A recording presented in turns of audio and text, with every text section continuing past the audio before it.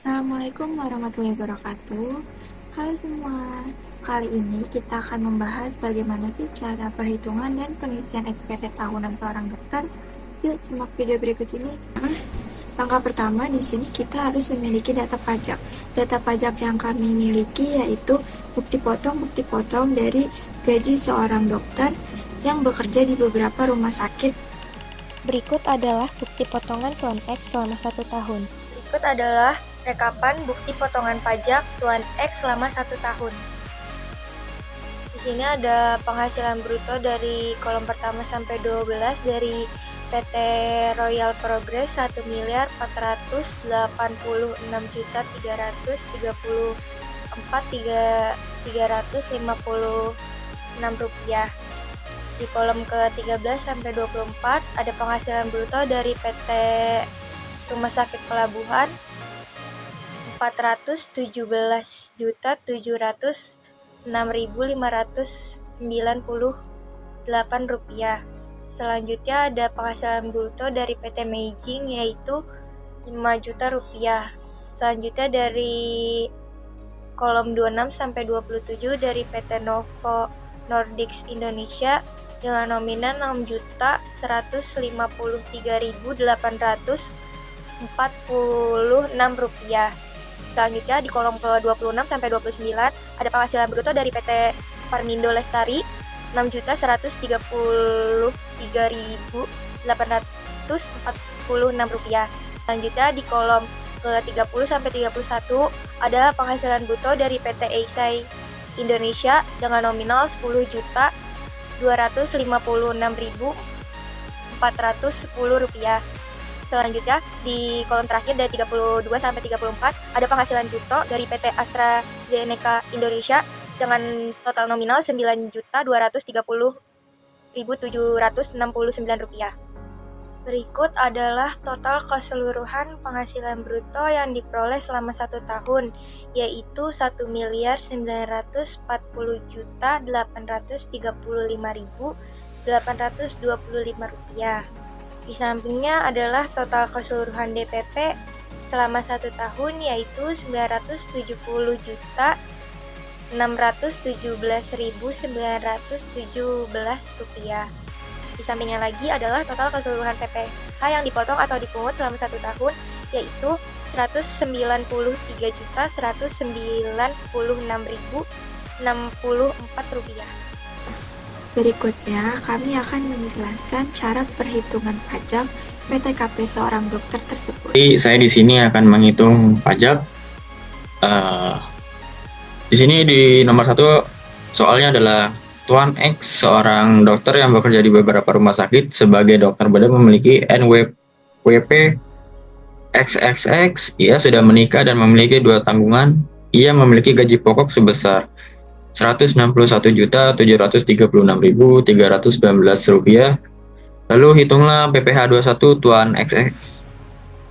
Jadi langsung aja, gaji setahun 12 kali 161.736.319 rupiah sama dengan 1.995.825.825 rupiah. Lalu di sini ada tunjangan PPh sama dengan 0, ada premi asuransi sama dengan 0, lalu ada penerimaan dalam bentuk natura dan kenikmatan lainnya yang dikenakan potongan PPh pasal 21 sama dengan 0, lalu ada tantiem, bonus, gratifikasi, jasa produk, dan THR sama dengan 0. Jadi jumlah penghasilan brutonya adalah Rp1.940.835.825 rupiah. Dan ini masih gaji bruto yang bisa dibilang adalah gaji kotor, belum gaji bersih atau penghasilan bersihnya. Jadi di sini ada pengurangan seperti yang kita lihat tadi di soalnya adalah seorang dokter yang bekerja di beberapa rumah sakit sebagai dokter bedah. Oke, jadi langsung saja. Di sini ada PT Royal Progress 50% dikali 1.486.334.356 rupiah sama dengan 743.167.178 rupiah. Lalu di sini ada PT Rumah Sakit Pelabuhan 50% dikali 417 juta sama 417 juta 706.598 rupiah sama dengan 208.853.299 rupiah. Lalu di sini ada PT Meiji Indonesia 50% dikali 5 juta sama dengan 2.500.000. Lalu ada PT Nova Nordics Indonesia 50% dikali 6.153.846 rupiah. Dan hasilnya adalah 3.076.923 rupiah. Lalu ada PT Anugerah Parmindo Lestari 50% dikali 6.153.846 rupiah sama dengan 3.076.923 rupiah. Lalu ada PT Eisa Indonesia 50% dikali 10.256.410 rupiah. Sini ada 5.128.205 rupiah. Lalu ada PT AstraZeneca Indonesia 50% dikali 9.230.769 rupiah sama dengan 4.615.385 rupiah. Lalu ada biaya jabatan sebesar 5% dikali 1.940.835.825 rupiah sama dengan 6 juta. Lalu di sini ada iuran pensiun atau iuran JHT sama dengan 0. Jadi jumlah pengurangannya adalah 970.417.913 rupiah.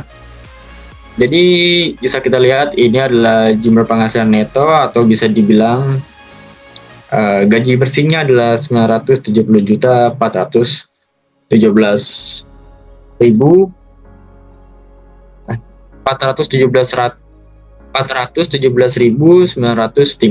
rupiah.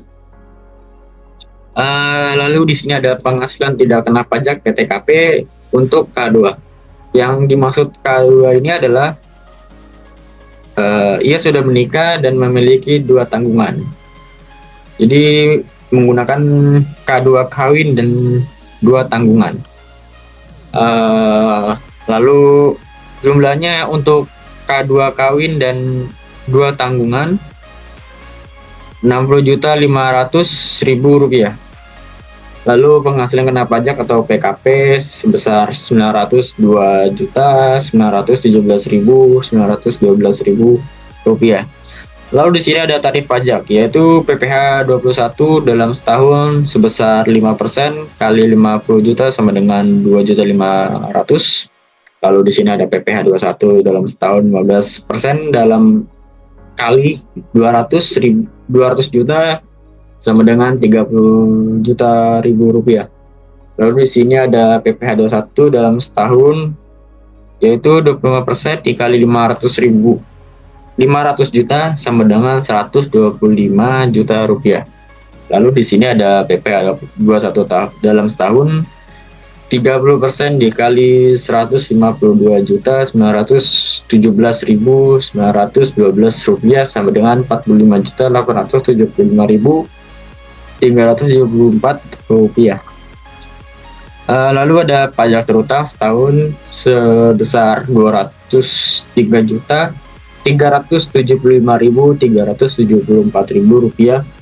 Lalu dan yang terakhir adalah PPh 25 sama dengan 203.375.374 rupiah dibagi 12.000 sama dengan 16.947.947 rupiah. Jadi begitu cara menghitung perhitungan pajak. Sekian dari saya. Jika ada salah dalam pengucapan mohon dimaafkan. Wassalamualaikum warahmatullahi wabarakatuh.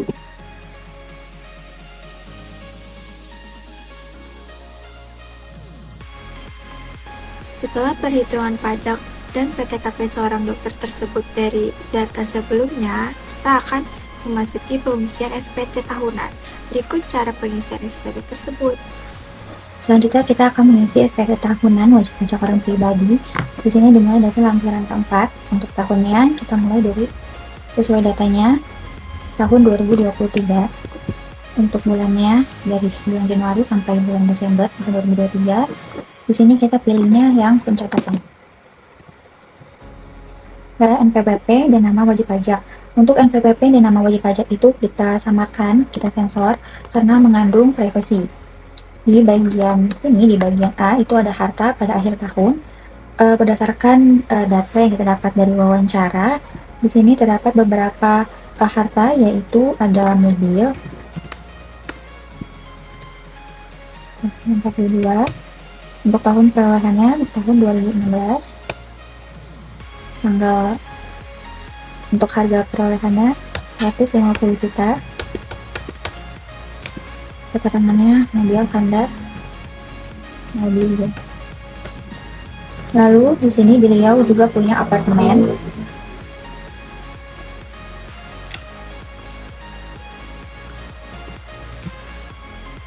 tahun 2017 dengan harga 1,1 miliar. Untuk alamatnya kita sensor aja. Lalu di sini beliau juga mempunyai ruko. Untuk ruko kodenya 62 untuk tahun 2020 dengan harga perolehan sebesar 3.650 juta. Alamatnya juga kita sensor. Lalu ada tabungan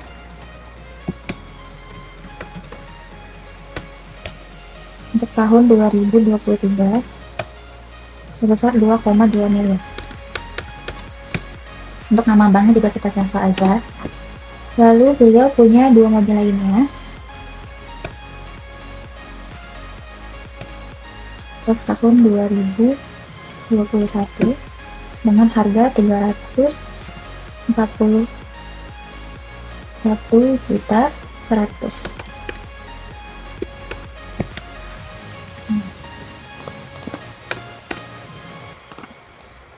Dengan merek Honda HRV untuk tahun 2023 dengan harga 177 juta 400 dengan merek mobil Honda Dio. Lalu beliau juga memiliki tabungan lainnya untuk tahun 2023 sebesar 90 juta. Untuk banknya itu juga kita sensor aja. Jadi di sini sudah diketahui jumlah bagian A itu sebesar 7.708.500. Di bagian B ini ada kewajiban atau utang pada akhir tahun. Beliau juga mempunyai hutang kepada bank. Kita tulis kodenya 101 bank, alamatnya itu di Jakarta. Tahun pinjamnya itu tahun 2020 sebesar 1.221 juta. Ini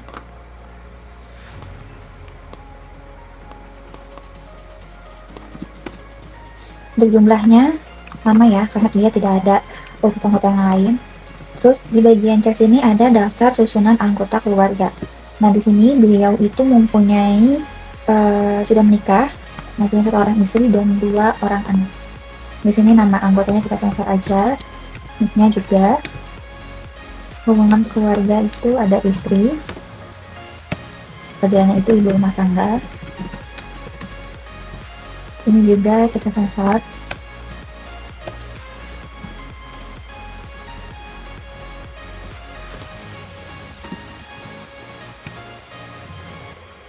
Nah, untuk anak yang kedua kebetulan belum sekolah, jadi kita strip aja.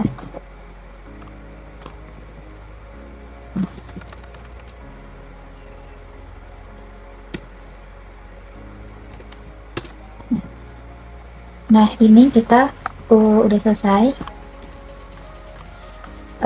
dari bagian A. Ini kita sudah mengetahui ada beberapa hartanya, juga utangnya ini di bagian B. Lalu ada daftar susunan anggota keluarga juga di bagian C. Oke, setelah mengisi lampiran keempat, di sini kita lanjut mengisi lampiran ketiga. Untuk tahunnya juga sama, tahun 2023. Untuk bulannya juga sama, dari bulan Januari sampai Desember. Ini juga kita pilih yang pencatatan. NPWP-nya dan nama wajib pajak juga kita sensor. Nah, di sini di bagian A itu ada penghasilan yang dikenakan pajak final dan atau bersifat final.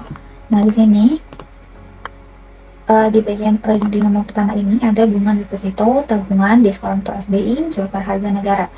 Nah, beliau juga mempunyai ini itu sebesar 225 juta dengan PPh jatuhnya 45 juta. Nah, untuk lain-lain dari nomor 2 sampai nomor 17 sampai nomor 16 itu tidak ada, jadi di sini langsung aja jumlahnya itu sebesar 45 juta. Dan untuk di bagian B itu ada penghasilan yang tidak termasuk objek pajak. Ini juga tidak kita isi karena beliau tidak ada penghasilan yang tidak termasuk objek pajak. Di bagian C juga sama, ini kita tidak isi. Jadi untuk lampiran ketiga kita hanya mengisi bagian A nomor satunya aja. Selanjutnya ini ada lampiran kedua. Di lampiran kedua ini di sini juga kita kita tulis tahunnya tahun 2023, bulannya dari bulan Januari sampai bulan Desember. Untuk ini kita pilih yang pencatatan. Nah, ini kan lembar ketiga ya, kita pindah ke sini ke lembar pertamanya. Nah, ini juga sama. Nah, ini tahunnya, bulannya, dan kita pilih yang catatan. Untuk NPWP dan nama wajib pajaknya di sensor. Di sini di bagian A, di daftar pemotongan atau pemotongan PPh oleh pihak lain, PPh yang dibayar atau dipotong di luar negeri, dan PPh ditanggung pemerintah. Nah, ini kita isi data-data ini berdasarkan bukti potong yang kita terima. Jadi nanti kita isi bukti potong ini itu diambil dari ini. Nah, dari sini di bukti potongan ini nomornya, tanggalnya, jenis pajaknya, penghasilan brutonya, DPP-nya, terus ini ada jumlah PPh yang dipotong atau yang dipungut. Langsung saja kita isi.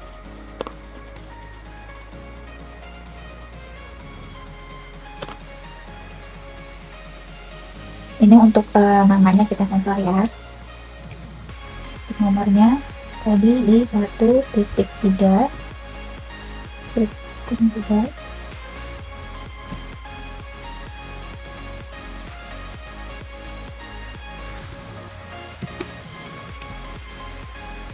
Tanggalnya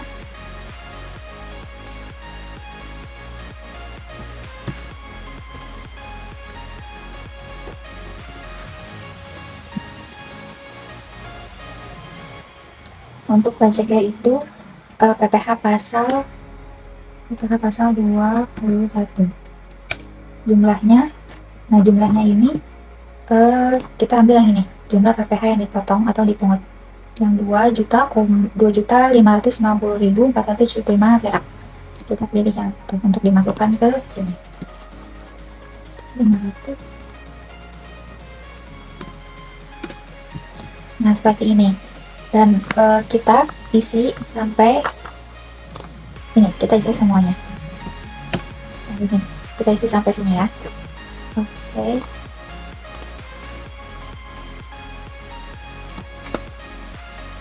Nah, ini kita udah selesai isinya. Ini dari lembar kedua juga udah selesai, lembar pertama juga udah selesai, lembar ketiga itu memperoleh jumlahnya itu adalah 163.196.064 perak. Selanjutnya kita isi di lampiran pertama, halaman kedua. Di sini kita sudah tulis tahun dan bulan. Di sini kita pilih pencatatan juga, NPWP dan nama wajib pajak juga sudah kita tulis. Lalu di sini di bagian B itu ada penghasilan neto. Nah, di sini karena beliau adalah seorang dokter, jadi kita pilihnya yang pekerjaan bebas ini.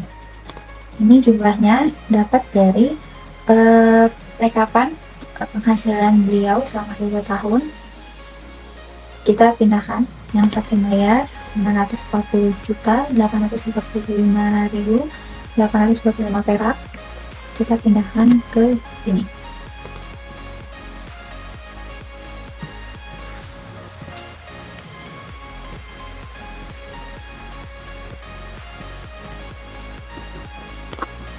Nah, untuk jumlahnya karena ini tidak ada, berarti jumlahnya juga sama. Lalu di sini normalnya juga normalnya 50%. Terus penghasilan netonya itu kita dapat dari DPP-nya yang 970.417.917 perak. Kita pindahkan ke sini.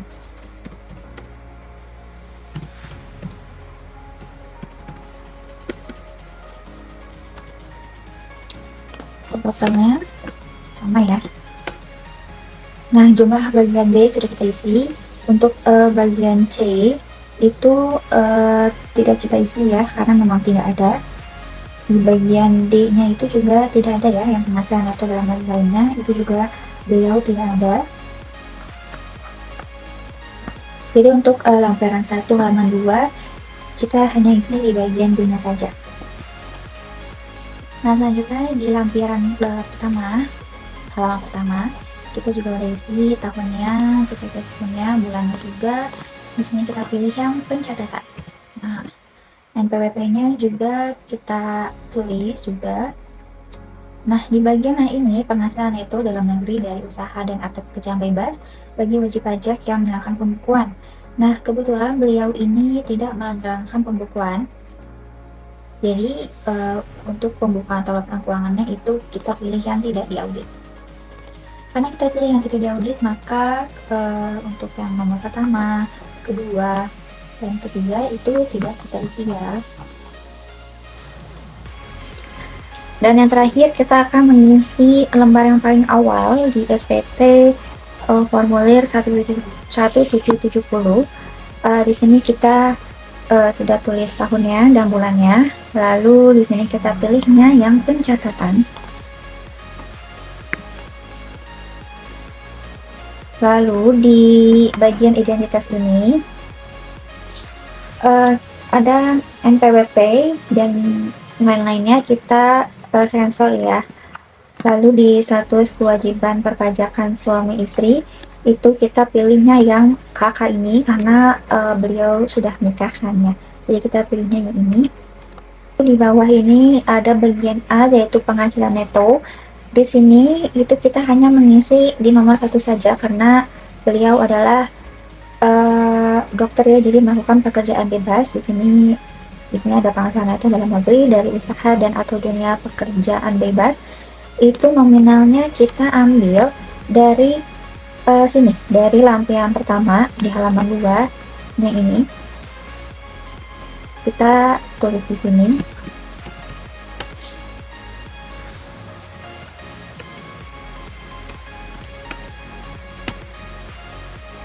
Lalu karena nomor 2, 3, dan 4 tidak ada, jadi kita langsung ke nomor 5 di jumlahnya.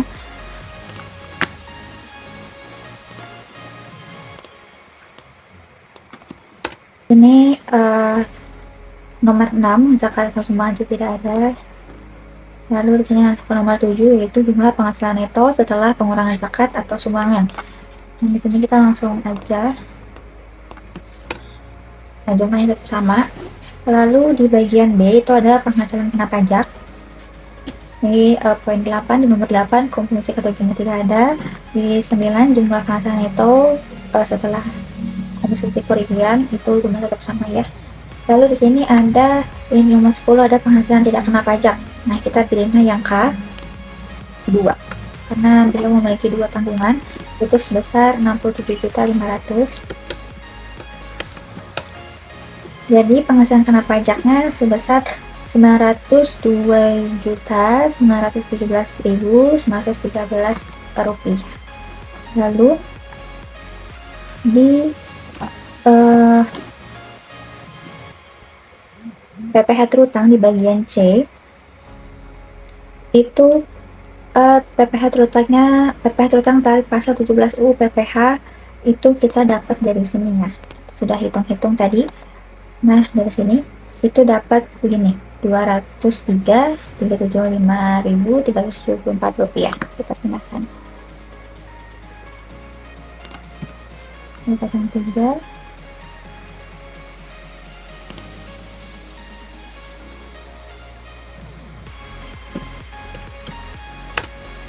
Nah, totalnya segini ya. Kita lihat lagi, totalnya sama. Lalu di poin 13, pengembalian atau pengurangan PPh itu tidak ada ya. Lalu di sini jumlahnya. Lalu di D, di kredit pajak, itu di nomor 15, PPh yang dipotong atau dipungut itu oleh pihak lain, PPh yang dibayar atau dipotong di luar itu kita ambilnya dari formulir lembar kedua, ini yang ini. Nah, ini yang ini kita pindahkan ke sini.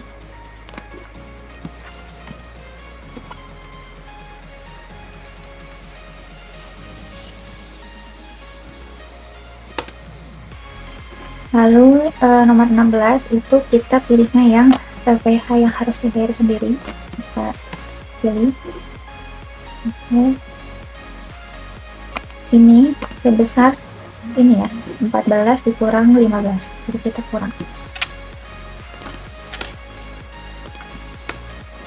Nah, hasilnya 10 juta. Lalu di nomor 17 tidak di sini ya, 17A, 17B, 18B juga tidak ada. Lalu kita langsung masuk ke sini, yang E ini ya, PPh kurang atau lebih bayar. Di sini kita pilihnya yang PPh yang kurang dibayar, yang ini. Oke. Lalu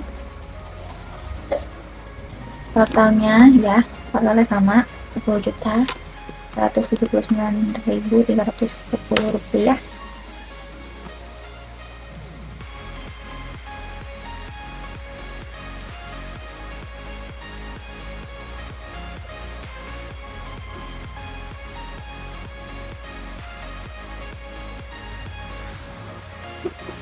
Lalu di sini di bagian F kita tidak ada isinya ya, yang seorang PPh pasal 25 tahun pajak berikutnya tidak ada. Lalu di G, di lampiran itu kita isinya yang ini, surat lembar ketiga PPh pasal 29 ini. Kita tentang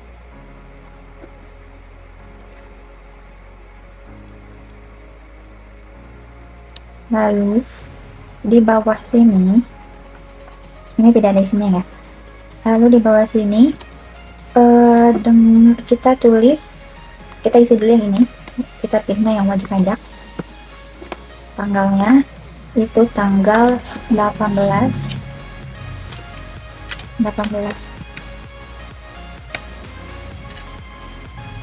Maret ya, 18 Maret.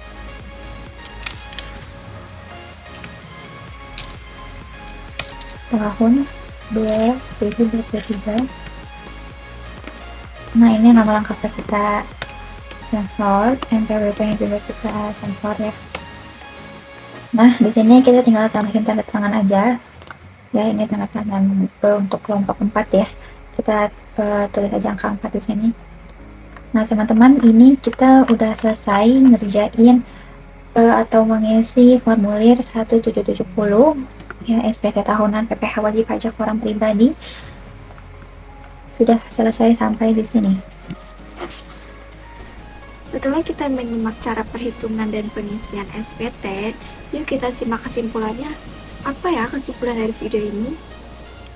Berdasarkan hasil observasi dan pembahasan, dapat disimpulkan dari isi proyek dosen kami yang berjudul Prosedur dan Teknik Pengisian SPT Orang Pribadi PPh 21 terhadap dokter, yaitu dokter memiliki peran penting dalam memastikan kepatuhan pajak yang sesuai dengan peraturan perpajakan di Indonesia.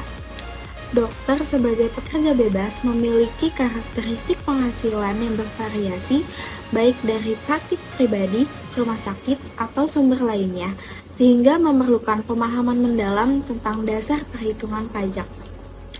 Proses pengisian SPT melibatkan pengumpulan data penghasilan bruto, biaya pengurang yang diakui seperti zakat atau biaya operasional, serta perhitungan pajak terhutang sesuai tarif progresif PPh pasal 21.